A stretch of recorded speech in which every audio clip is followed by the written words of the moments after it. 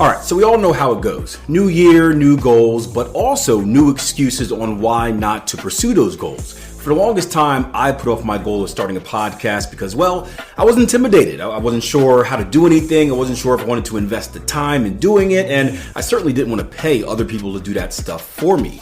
Luckily, I came across Spotify for Podcasters, which calmed my nerves as they allowed me to do everything from recording to editing to scheduling and even monetizing my podcast from a single place with literally a click of a few buttons. Seriously, how do you think I crank out 3 episodes a week with such ease? Another cool thing is that they allow me to interact with you guys, which gives me awesome ideas for new episodes and feedback on what you like the request to do more video episodes, right? Best of all, they do it for free. So if you're someone that wants to get a podcast started, but perhaps we're a little intimidated like myself, trust me when I say, just go for it and get started today by either downloading the Spotify for Podcasters app or going to www.spotify.com/podcasters. Trust me, you won't regret it. Hey guys, Akil Stokes here. Welcome back to the Trading Coach Podcast. Today we're going to talk about the common and realistic timeline of becoming a consistently profitable trader. And this was based off of a Twitter post I did the other day. By the way, if you don't follow me on social media, make sure you do so. It's at Akil Stokes RTM, Twitter, Instagram, TikTok, Facebook. Just watch out for the fake accounts out there. If anyone ever DMs you and asks for money or how's your trading or the generic questions that seem kind of suspicious, it is not me, but make sure you block, make sure you report, make sure you shoot me a screenshot as well. That way I can share it with our community and hopefully no one gets scammed. Unfortunately, it's happened in the past because people want a get rich quick kind of a solution to their problems and it just ends up leaving them more broke. It's unfortunate, but it is the world that we live in. So at Akil Stokes RTM, that is the only real account. And the other day I put up an infographic on my Twitter feed and the caption was, one of the main reasons so many traders fail is because they have an unrealistic idea of how long it actually takes to become successful. Now, every trader's timeline will be different, but if I had to create a general map, here is what the journey looks like. And I want to start off by going back to that unrealistic idea. And we're coming off a workshop that we did in late October. And one of the first things that we do in every workshop is we don't show you the strategy. We don't take you into the charts right away. We always spend some time talking about trading, right? Talking about what trading is, where it could fit into your life, how you can benefit your life or how it could benefit your life, and what are realistic expectations, not just from the financial return, but how long it takes to become good. Because one of the reasons traders fail is because they think that they're going to get rich or be successful in trading in like a week. And when it doesn't happen in a week, they do one of two things. They either bounce to the next thing that's going to get them successful in a week. I laugh because they spend weeks and weeks and weeks bouncing from things that are going to make them millions in weeks, yet they never make millions and they just end up wasting time. Where if they took the time to focus on that first thing and invested all of those weeks that they spent focusing on the other things, they'd probably get good at the first thing and be successful in it, right? It's crazy how it works, but that's how it works. So we talk about a realistic timeline and a realistic monetary expectation, because one of the reasons that traders fail is because they give up before they have a chance to become successful, or they're actually doing well, but they don't think they're doing well because they have a false idea of what well is. And we say that right away for one, just to put it out there, but two, to kind of eliminate any trolls or people that don't fit the type of traders that we're looking to work with, because that community and that culture is very important to us. And it's one of the reasons so many traders have been successful coming out of tier 1. And the common timeline that I would put out there, and if you talk to a lot of professional traders, if you talk to a lot of professional coaches, I always bring up Mike Bellafiore because he's a friend of ours, and 2 great books that he has, One Good Trade and The Playbook. I recommend reading him. He runs one of the most reputable prop firms, right? Brick and mortar prop firms in the US. So if he's telling you a similar type of story based on his experience working with, some of the best traders out there, right? 6-figure traders, you should probably think that's more realistic and a more honest response versus someone on the internet with a cool username, right? But I would generally say that in most cases with traders, and obviously this depends on where you're at in your career, when you know how smart you are, how much time you have that you can dedicate to learning and putting in the work.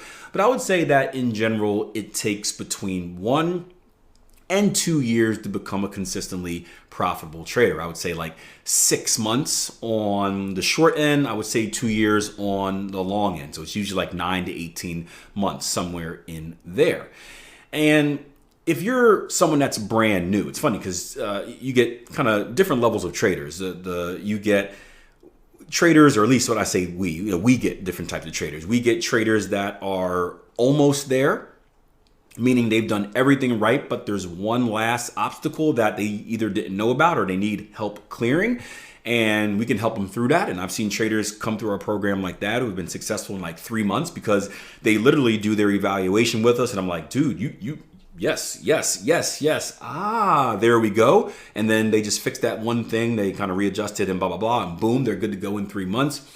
You also see brand new traders who know nothing about the market, like, hey, Akil, how do I get one of these chart things up on my screen, right? And then you get people in the middle. The people that are brand new usually have a shorter success curve than the people that are in the middle. And I say that because the people that are brand new, they don't have any bad habits that need to be broken. They come to us like, hey, I'm an open book. Teach me. I don't have to eliminate any thoughts from before. I'm a sponge.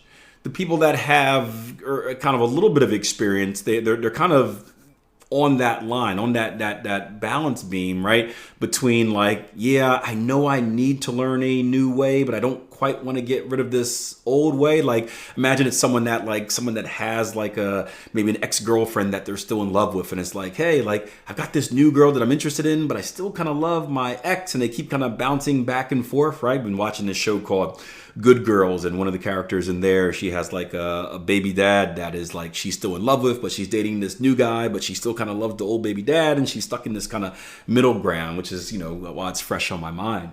But you see them tend to struggle because they can't fully commit to a new way while they're still stuck on the old way. So anyway, I'm getting off topic here. The timeline that you guys tuned in for is this. If I had to break it down in kind of 3 or 4 month segments, I would break it down like this, right? So if we're going to go on that 18-month kind of journey, and again, this can be shorter or longer depending who you are, where you're at, how long it takes for you to do what you need to do. But I would say the first 3 months are just learning the skill of trading or reprogramming, right? So learning the skill means if you're brand new, you're just learning what all this stuff is. What is a price chart? What is a candlestick? What's a measure of movement, a unit of movement? What's a pip? What's a tick? What is an index? What's a commodity, right? Why does buying and selling happen? Why does supply and demand play a role, right? You don't need to dive into the details of this stuff, but you got to have some type of foundational understanding of like, hey, what makes this thing go? And that's followed by becoming more specific, right? You start off very general, and then as you master the general, you can get better at really understanding the specific things, right? My philosophy on teaching is kind of, the advanced is nothing more than a mastery of the basics. So we always start with the basics, and then we kind of add on little elements to the basics, which can be thought of as that foundation. And that's how you grow a steady building, a steady kind of knowledge base, right? So learning the skills, and if you're new, or if you have experience, it's reprogramming. And so it's telling yourself that, hey, for this set period of time, 18 months, I'm going to purposely forget what I knew before. I'm not going to argue. I'm not going to compare, right? I'm going to be accepting of this new mindset. I'm going to have a growth mindset where I'm going to allow myself to take in new information. I'm going to analyze it. And at a later date, I can decide if I want to keep it or not, if this is better than what I knew before or worse, right? But at least for right now, I'm going to be open to the conversation. So 1 to 3 months of learning the skill of trading. And I've done podcasts in the past. Episode 90 is a famous one, Learning How to Learn, where it talks more in specifics about kind of what you should do to really learn if you want stuff to kind of stick. Months 4 to 9, so you have to get through those first 3 months. Months 4 to 9, that's going to be your strategy development and testing. Now, this is the stage that usually has the widest range, right?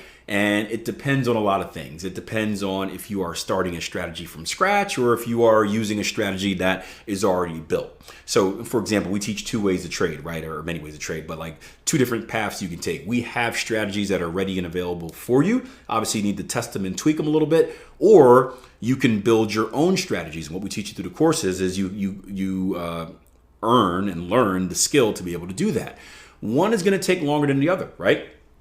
If you are just taking a strategy, something that is already there, you already have rules for it, a lot of the work has already been done for you. Now your job is to go in, you tweak it, you add this, you take that out, you add this filter, right?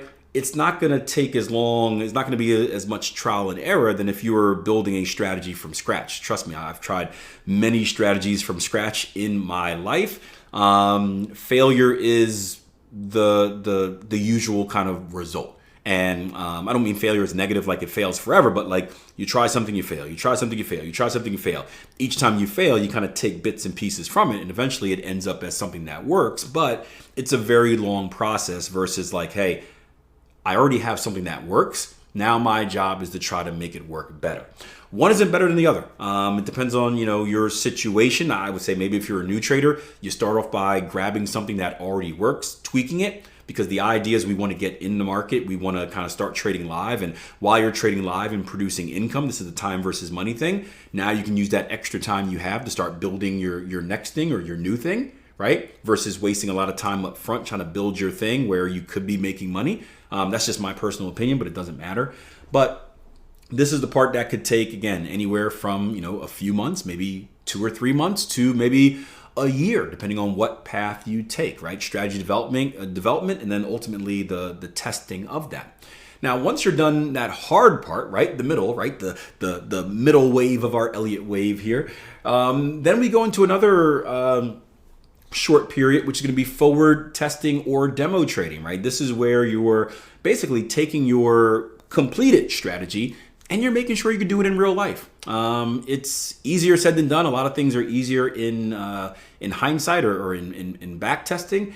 There's a lot more pressure when you're trading it in real time. There's not only a little bit more added psychological pressure. Now, demo trading and paper trading isn't going to be the same as live trading, but there is a little bit more pressure because you kind of feel in the moment like something's at stake, right? It's the difference between practice versus like a preseason game or a friendly versus a Champions League final, right? Practice, there's not a lot of pressure at all. A preseason game is a little bit more pressure, right? But ultimately the game doesn't matter. So like, who cares? Champions League final, there's something on the line, right? A little bit. So it is the natural progression before going live, right? And again, forward testing and demo trading could take, it depends. If you're a day trader on a lower time frame, man, it can take, you can demo trade for a month and you'll probably have a good enough sample size and a good enough experience gain to start going live.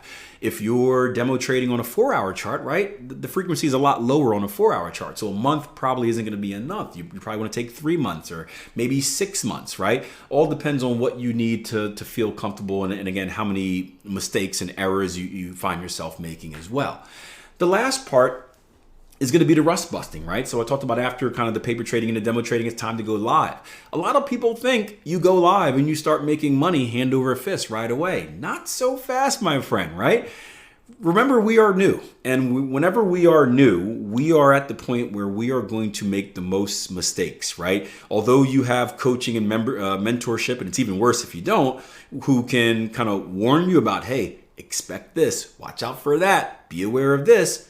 You're still going to find things that are new to you. Either a chart is going to look wacky, or there's going to be a natural disaster or a war and the charts go crazy, or a presidential election, what have you, or a big gap that you never saw before, right? There's going to be new things and you're not going to know how to handle it both technically and psychologically. So again, this is part of the experience where like, once it's new, it can never be new again. So you write it down, you record it, you screenshot it. And when it comes the next time, you're like, I know what to do here. But the first time you got to learn that kind of the hard way, right? It's like a kid doing something, right? I let my kids, our parenting style is we let our kids kind of not run free, but we let them experiment. We don't like giving them the answer. So it's like, Daddy, how can I do that? I'm like, well, figure it out. And they try and they get upset and they try and they get upset, but eventually they get it. And then the next time they've mastered it pretty much already. That's a crucial part of trading. Our best learning experiences come from pain, but they come from times where we messed up.